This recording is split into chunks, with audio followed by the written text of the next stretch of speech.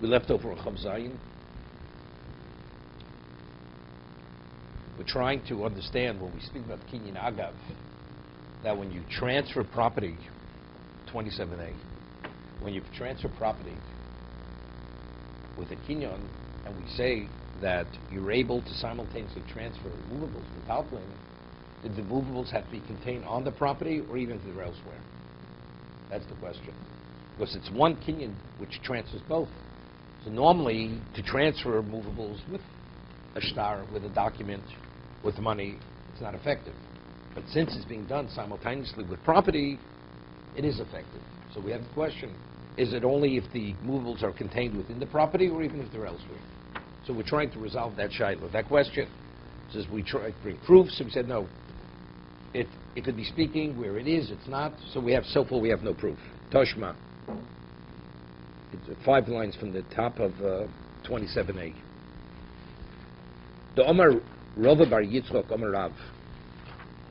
Rava Bar Yitzchok said name of Rav Shnei Shtorah saying there are 2 types of situations of documents. Mm-hmm.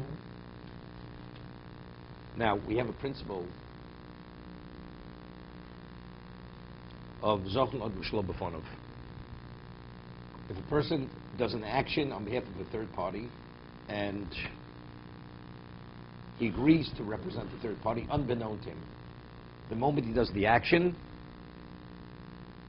is immediately attributed to the person who he's doing it on his behalf. For instance, if I buy a gift for Shimon, the moment I buy the gift and I have in mind to buy the gift for Shimon, the gift is Shimon's immediately. Let's say after I buy the gift and I had in mind for Shimon, I want to change my mind. Can't change your mind. If you take it now, you're a thief. Although you're the one who actually acquired it be given as a gift to Shimon. Now, if you choose to retain it, you're a thief. Because the object that you have belongs to Shimon, doesn't belong to you.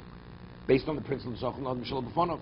You were his agent for the acquisition, so you have no right to take Shimon's gift, Shimon's item, right? It's based on Zochel Od Mishlo B'fonov. So the Mishnah says, in Gittin, if somebody says to a person, take this item on someone's behalf, and he takes it on his behalf, and give it to him. Take it on his behalf and deliver it. And after he puts it in his hand, he says, I want it back. Can't take it back. Because it's Zochel Od Mishlo B'fonov. What about if a man gives a get? A person gives a get to a man, to a shliach, to an agent, deliver the get to my wife. Then he says, I want the get back. Since a get is a chov, it's a detriment to the woman to be divorced. We say, in chovin lo mishlo b'fonov. Right? Can't. Let's say he's accepting it on behalf of the wife. He's accepting it on behalf of the wife. Doesn't make a difference, because since it's a detriment to her, we had before, but not within this context. Right? Also, Rameir and the Chachamim, is it a schus that's to be. But nobody argues. A divorce is a detriment. Right? It's a detriment, so he's not. So over there we differentiate. If it's a gift, the moment the person takes the gift, the gifter cannot back out. But if it's a get, he can back out. If it's the woman appointed the shliach, it's what we call shliach l'kabbalah tzaris. The moment he puts the get in that person's hand, it's over. The marriage is terminated because factually, that's not unbeknown to her. She appointed that agent to accept the get.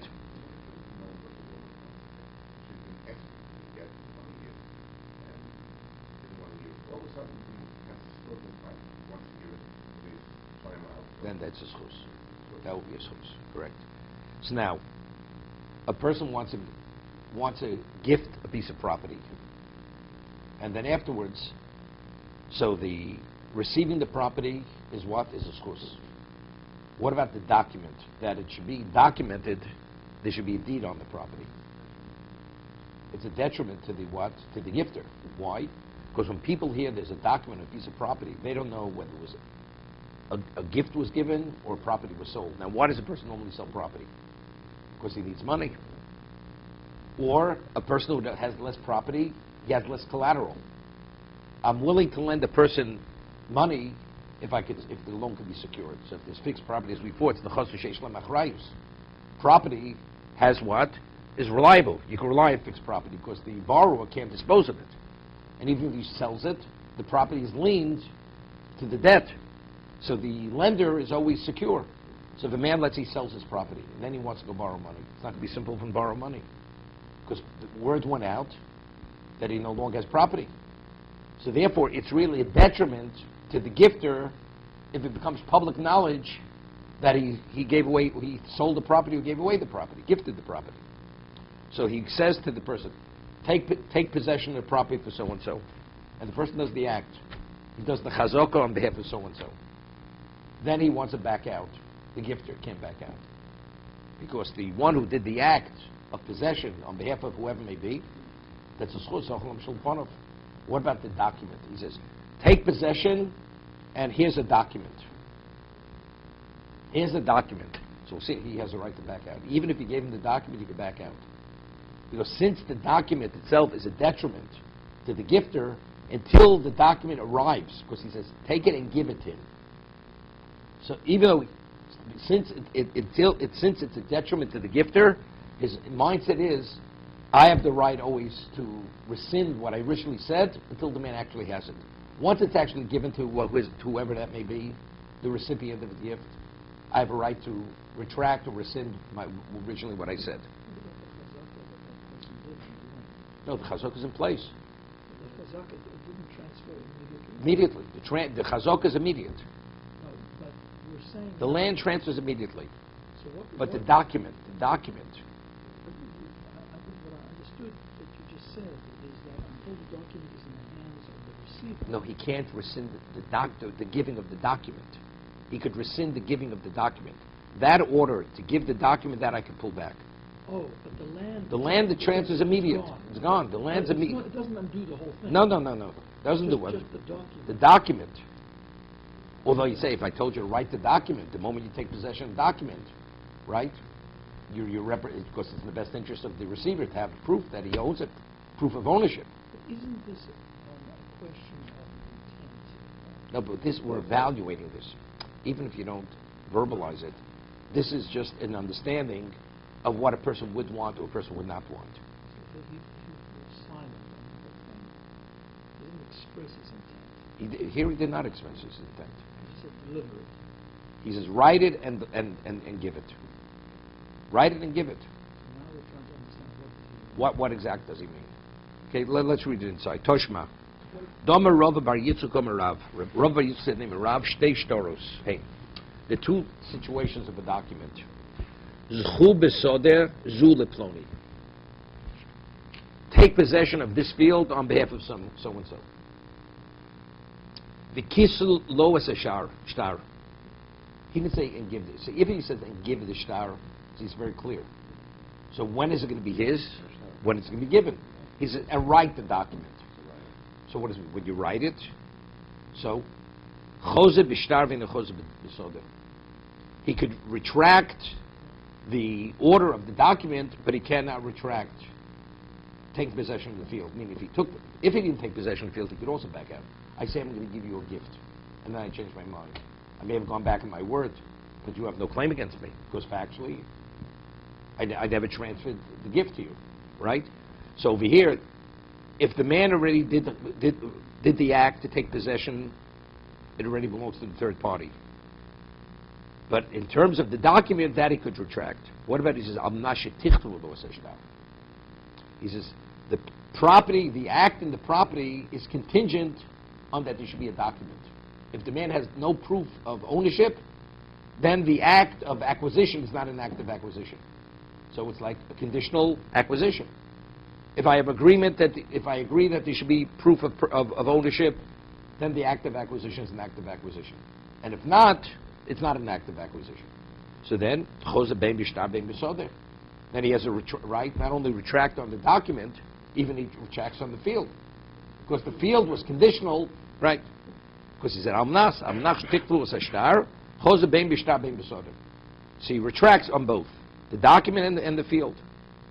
So this is two laws which pertain to the document. Depends how he expresses it, the gifter. Rav Chia bar Oven Omar, Rav Huna. Rav Chia bar Oven says, then Rav Huna, Shloshish Torah, saying there's a third situation of a document. Trey Hodamar, two of them we've just discussed. Okay? Idoch, what is the third? Im Kodem Moche v'Kosav Lo Sashtar, Kosa Shoshaninu. Now, what happens if a person lends money and he predates the lender? Now, who writes a document? The borrower writes a document. The lender can't write a loan document. Right? The borrower writes the document. And when he gives him the money, he gives him the loan document. Now, there's a date on the document, correct? What happens if the borrower predates the document? It's called the Shtar Mugdam. It's January 1st, 2014, and he puts December 1st, 2013. It's not a valid document. Why? Because what creates the lien on the property? The loan. So let's say he sold the property before January 1st, 2014. And he borrowed money on January 2014. But the document that he gave to the lender says December 1st, 2013.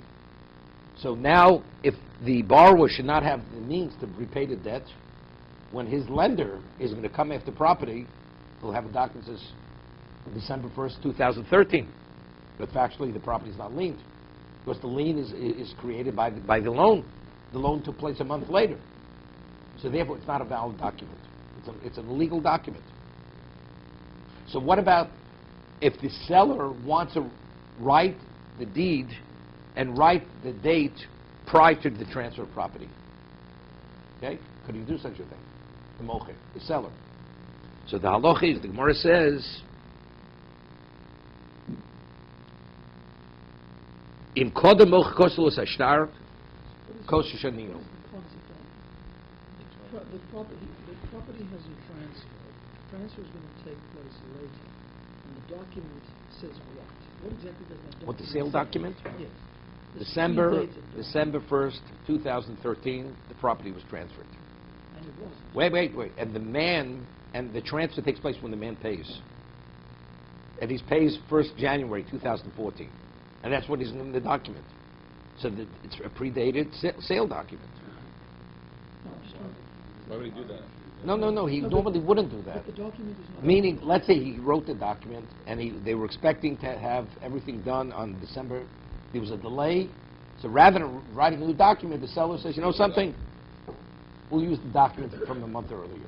Is it valid? Is that called a predated document? Do we validate the document? Is there a reason to validate it? But in other words, you have a clash. The document says the property transferred December 1.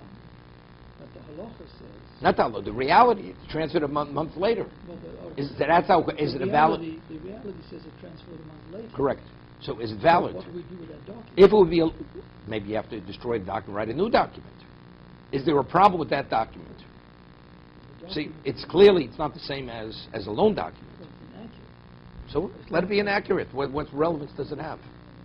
The inaccuracy. If it has a consequence, a negative consequence, what's the negative consequence? The fact is that what the document says didn't happen.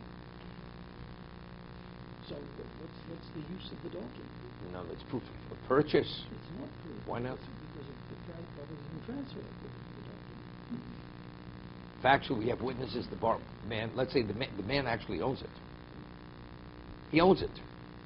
There's no question he owns it. Right. He owns it because he paid. He did pay for the property. But the date is an earlier date.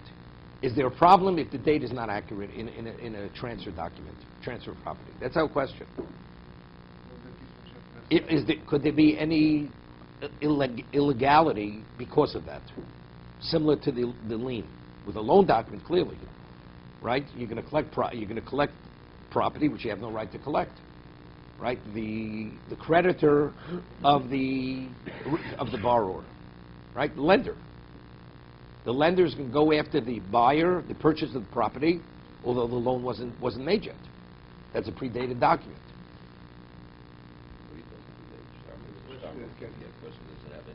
Right?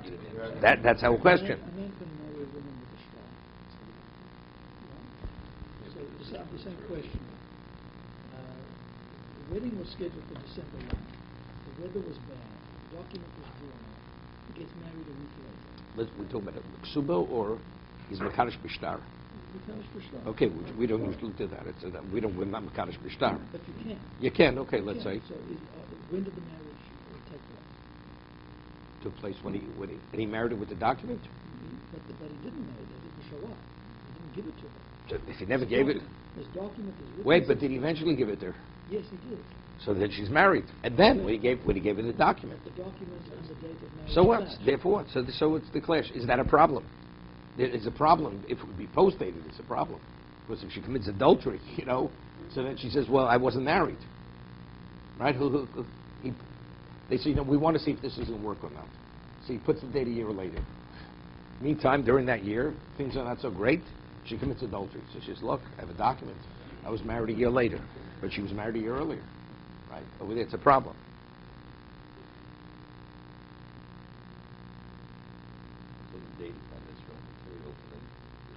That's our question. Is it material? Well, we'll discuss it in a moment. There's a Rashi over here. So we're quoting the Gemara. The Gemara says in Bava Basra, if you go to a sofer to describe and you ask him to write the sale document, the seller, he has a right, and the sofer doesn't say, well, where's the buyer? That it has to be transferred within the same day. Because even if it's transferred late, it's not a problem. And that's why? He explains why.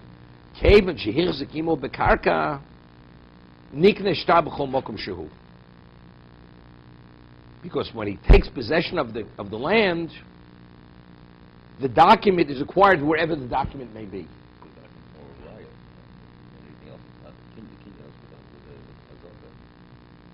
No, we'll see. Which means we'll see in a moment. It seems to be it's retroactive. Kaven, when he takes possession of property, well, we'll see. You have to combine it over here, how to work it out. Why? If it's a question, he's just doing the action, and the action is a prerequisite that the document wasn't yet given to him. So when does the document, the Gemara is going to equate this is a kinyan agav. When he acquires the field, the document becomes his. Now, where's the document? The document is in possession of what? Of the seller. The seller didn't give it to him yet. So the Gemara wants it. We'll see before we get... No, we're not even talking about the faultiness of the document. The Gemara wants to say, the seller still is in possession of has the document in his property, in his house. And we say, why? Because when he takes possession of the property later, the document becomes his wherever the document may be. So the Gemara wants to Shmami no lo bin tzvurim. We'll get to the case to understand the case in a minute. We'll see Rashi. Well, that's not the main element of The sale, the way the Gemara, the sale was the chazokah. And how did the document become the purchases? Because when he acquired the property, he acquired the document wherever the document was. So what is he clear? But if we're saying that for kinyan agav to be effective on what's metaltal, it has to be contained within the property. Here, the document's still in the possession of the seller. So wherever it may be. So you see clearly from here, one doesn't need tzvurim. Doesn't have to be contained within the property. Okay? Let's see Rashi.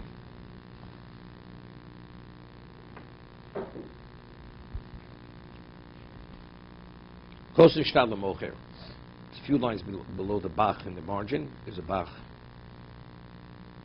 A few lines below. Sodi mechura leploni. My field is sold to so-and-so. That's what he tells the scribe to write. We don't say this is a predated document. We don't see it as a predated document. Why?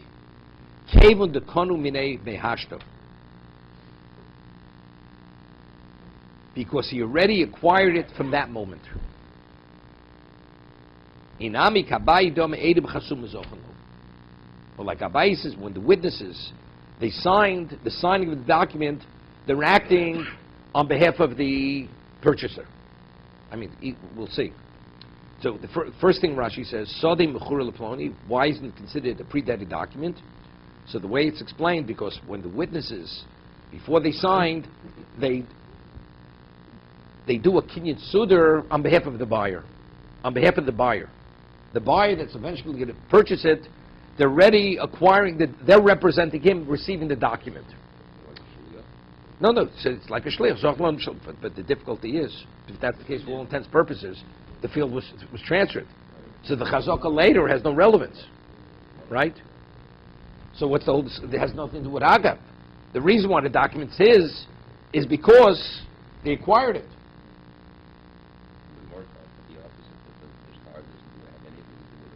Right. Well, even you say like Abayi. Abayi says it will in a number of locations. That when the Edom sign on the document, they're being zocha on behalf of whoever is meant to have the document.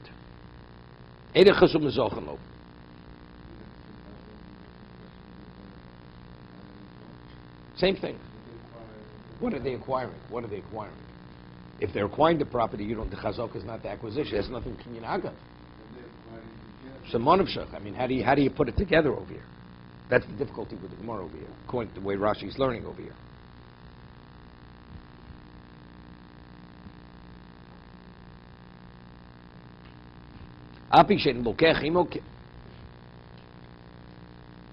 First, let's look at what is the problem with a predated document. What is the problem with a predated document? The seller. Is the seller. No, if he has a lien, it doesn't make a difference if he has a lien. It's predated. No, predated shouldn't be a problem. I mean, if he borrows, if the seller should borrow money, so that means he wasn't in possession of the property at the time, right? So therefore, they're doing something. They're requiring the right that the property should not be liened to whatever that may be. Meaning, the actual property is owned by the owner.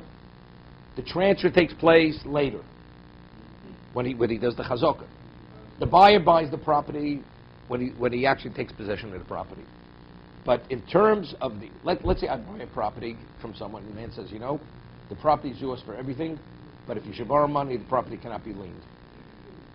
He's putting that limitation on the property. To be liened, it's the seller's property. He has a right to do that. So over here we'll say when the witnesses sign or they act on behalf of the eventual buyer, they're saying, we're making a kinyan in the property that the property cannot be liened on behalf of you. So if you should borrow, the property can't be liened. So if that's the case, the date becomes irrelevant, correct?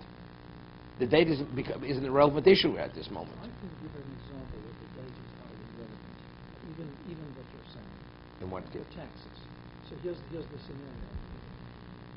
The man wants to sell the property, and it's now December the 27th. But he knows that if he sells the property this calendar year, he pays taxes on the gain. So he wants the property to transfer January 3rd, so he can delay paying the taxes for the whole year. But he writes the document December 27th. But it's going to transfer January. You're talking about a post-dated document. You posted. No, post-dated. You said he wants to transfer it, that it should be the next year because he doesn't pay previous year's tax. The same scenario as No, this is a predated document. This is predated. The same thing. The document says...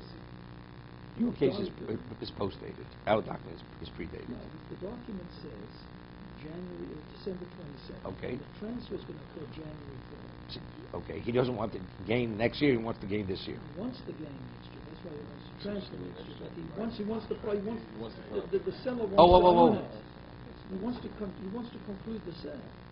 So you've got a clash here between... And he does concludes the sale the previous. Well, you've got a document that says, I'm selling you the property. Yeah. This document, and it's dated December 27th. But the transfer takes place next year. January 3rd, because I don't want to pay taxes. So the document says that, that the transfer should take place January 3rd.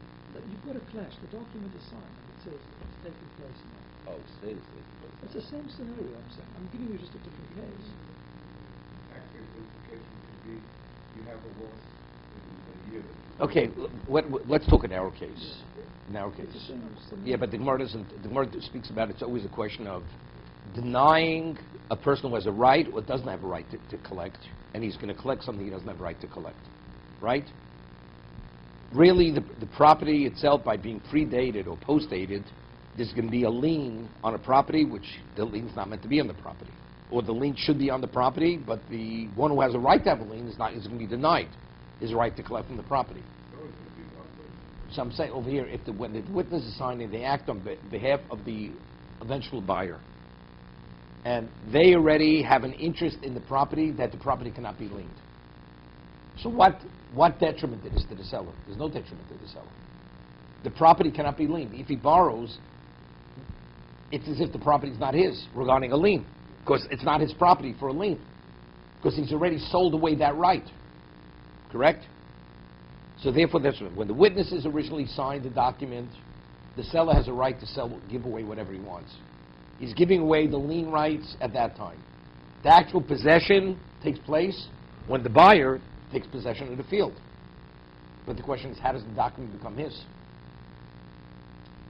We say that when he does that, that's when the document becomes his. But the document is still in the possession of the seller. He hasn't transferred it. So we see clearly, evidently, because when he does the act of acquisition of the property, that action actually causes that the document should also transfer to him. So we see Kinyan Chazaka could be effective on metaltlin, even if though the metaltlin are not contained within the property. That's what the Gemara is saying. What? That's exactly what I'm saying. Right? I'm explaining. Not the document. I'm explaining it has to do with the lien. The lien. The document clearly is transferred with Kinyan Chazaka, with Kinyan Agav. That the Gemara says. So what are they taking possession of, for what on behalf of the buyer? Evidently, the lien rights. Right? Because the only reason is because somebody may have a lien who'll be denied the lien, but because he already transferred the lien rights through the witnesses who acted on behalf of the eventual buyer, so therefore a predated document, it's not considered a predated document. Even though that is what happens. Either witnesses act or according to buyer, witnesses sign, that's exactly what's happening. Who has the right to the payrolls during that period of time? That's a shot. I'm going with Rashi. Those are other Rishonim. Other Rishonim say that when the document is written, that's the property itself. But the payrolls only transfer when he does the chazaka. It's not a complete. It's a sale. What I'm saying, it's just Regarding liens, the question is what's the partial transfer? I'm saying according to Rashi, it's the lien. According to the Ramban, other Rishonim say it's the fixed property or it's the fruit that grows on the property, the profits of the property.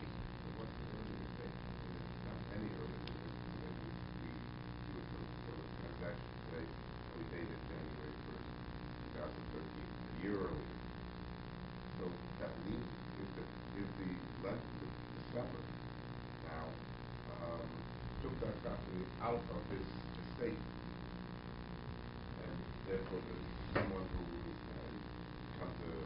if he becomes a debtor, they can't collect from him. Okay, let's not get complicated. Let's try to understand the Gemara. Okay, so we're explaining at the time of the writing of the documents, it's partially transferred, whether it's lien or it could be the property is transferred, but the rights to the fruits only transfer when he takes possession of the property. Right? Like we speak about, you have a Kinyan Aguf, you have Kinyan Peiros. I own a tree, now I own the rights to the produce of the tree. So initially when you write the document, the tree is transferred. When I do the act of possession, then I have full rights.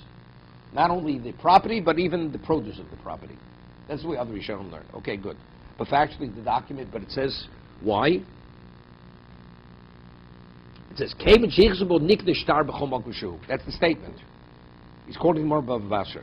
When he takes possession of the property, he acquires the document wherever the document may be. Shmami no, lobin et spurim. You see clearly it does not be contained within the property. He says, wherever the document may be, he acquires the document when he acquires the property. Samar says a phenomenal concept. Now, what was the rationale why the metaltlin do not have to be in the karka? What was the rationale? We said there were two positions. The position that has to be contained, we said, because it has to be subsumed by the property. The metaltlin lose their identity as metaltlin, so when you're acquiring what's contained in the property, that's considered you acquiring property. Right? That was the position that it has to be contained within the property. Or, no, the reason why a kinyan chazaka cannot be effective for metaltalin, because metaltalin has its own unique act of acquisition, its method of acquisition. But we said it's like a gilgul. But once we say the act of acquisition has validity and has effectiveness, not only does it affect what it normally affects, it could also affect other things, which cannot normally be affected by such a transaction. Okay? So seemingly here, he's doing a chazaka. Chazaka is always something which identifies with fixed property, but since simultaneously I'm also transferring the shtar, therefore it's effective for the movable. But the Gemara says no. Here, maybe it's different. The Gemara uses a term, shani shtar dafsira da'aruhu. Is the document of the reins of the property. When you sell the horse, what are the reins? You don't see the reins as a separate entity. The reins, you control the horse. If you don't have the reins to control the horse has no value. So the reins we see as being, although it's immovable, the reins, they can be removed from the horse. A property without proof of purchase, property has no value. It's not really a viable acquisition unless you can prove that you own it.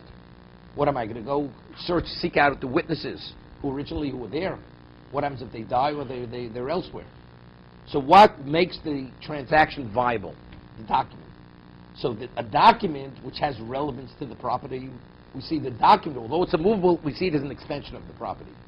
So there we say, when you do the act of acquisition of the property, what comes along with it is the document, because the document is synonymous with the property. Well, let's say you have movables. When I transfer the property, what if movables have no relevance to the property? There's no connection. It happens to be, I happen to be transferring both of them simultaneously, but really they have nothing to do with one another. As a result of that, the document, which is directly linked to the property, of course the property is only viable, it's only considered a viable transaction if I have proof of purchase. Therefore, when I do one act, it could affect the other. I acquired the document. But if I'm affecting something which is not relevant to the property, maybe it can't. It has to have some relevance to the property. That's the concept of afsira de'aro. It's the reins of the property. It's a phenomenal concept. Therefore, you're able to make a differentiation, so it would not be a proof. Is this a logical concept? Or is this Logic. A No. What is this concept? Agav is halacha mishum Sinai. So we're trying to understand what is the halacha mishum Sinai. What is it? Is it only contained, not contained? So we say even if it has to normally be contained, because what's contained, unless it's contained, it has no relevance to these acts of transfer. Because each movable it's a different instrument of transfer, how to acquire movables. But over here by the document, because the document is directly linked to the property, because the property is not viable. It's not a viable transfer unless you have proof. Therefore, the identity of the document is similar to the identity of the property. It's called a fixed, although physically it's movable, it's considered a fixed asset. Under Torah law, you don't need a document to transact real estate. Correct. Value. So there's this concept that by chazaka or kesef, you can transact something. Avraham Avinu didn't do a document. We're not learning from Avraham Avinu. But he didn't do a document. He brought kesef. According to the way we read the Torah. Yeah, definitely. Okay. So now we're introducing the concept that says, this all notwithstanding, if you want the document to be official, you have to have a document. Not official. You have to have proof of purchase. Yeah, but it's definitely a transfer. Let's say you do a transfer without a document. Is it a valid transfer? Definitely. But the document has relevance to the property, right? Because it secures the purchaser. We're not talking about a transfer document. We're talking about a document of proof of purchase, right? That's the document we're talking about over here. The purchase was chazaka, or the purchase was kesef. The document is only to prove that I own the property. This is called shtar raya. I'm able to transfer the shtar raya through agav, although it's not contained in the property, but other movables I would not be able to transfer unless they're contained within the property. It's agav. We're talking about it is agav. No. That's what it says. When he acquires the property with chazaka, that same act causes him to acquire the document, wherever that document may be. Okay, but there's an intent here on both sides that document transfer. But how did it transfer? It's in the seller's safety deposit box. It's in the seller's safety. So how does it transfer? The answer is, of course, the chazaka I did in the property, that is the equivalent of doing it in the document. It's like kesef. I give kesef for the property. I'm also giving kesef for the document, wherever it may be. But kesef is not a means of transfer for a movable. But since they're being done simultaneously, it could affect both things. Independent, it could not do it. I'll give you an example. What happens if first he does chazaka, then he says, by the way, I'd like to have a document, a proof of purchase. And he does another act of chazaka in the property. It's meaningless. It's only because the chazaka is meaningful to acquire the property, therefore it could affect something else. Didn't you ask for the document? Initially, It would. it wouldn't work. Of course not. It would not work. Related. Exactly. So therefore, according to this, there'd be no proof from here. The document may transfer because the document is connected to the property, but other movables which are not synonymous with ownership of property, it would not be effective. So the Gemara says, "V'lo k'tonik, zui sheshoninu nechoshein lemachrayis nigmin nechosim sheish lemachrayis." Because shtar b'chazoka, but it says you may be making the differentiation, but when the Mishnah says that you're able to acquire movables with fixed property, the example that is given, we're saying, is the example of the document and the property. So we see, and yet we're making this just general statement, and we're not. So we clearly the Mishnah is not differentiating between whether it's an ownership document, a deed, or any other movable. No. Any shtar is what's no. We're speaking about the Mishnah says you're able to acquire through ABC not only property, even movables. So it says, and an example included in that is the shtar. Including that is the shtar, which is the shtarayim. You're included with, if that is the case. But if the concept is afsira de aro, it's only reigns, it has no realm style Mishnah. Because we're saying a general principle here. You're able to transfer fixed property, movables with fixed property. And where do we find that halacha stated? What's an example of that? The deed. The deed as proof of purchase, as a shtar rayim. But that's not our Mishnah, right? Shema mino lo b'nitzvurim b'shema mino. So evidently, if we're using that as an example, we're not differentiating whether it's a deed or it's any other movable. To be continued.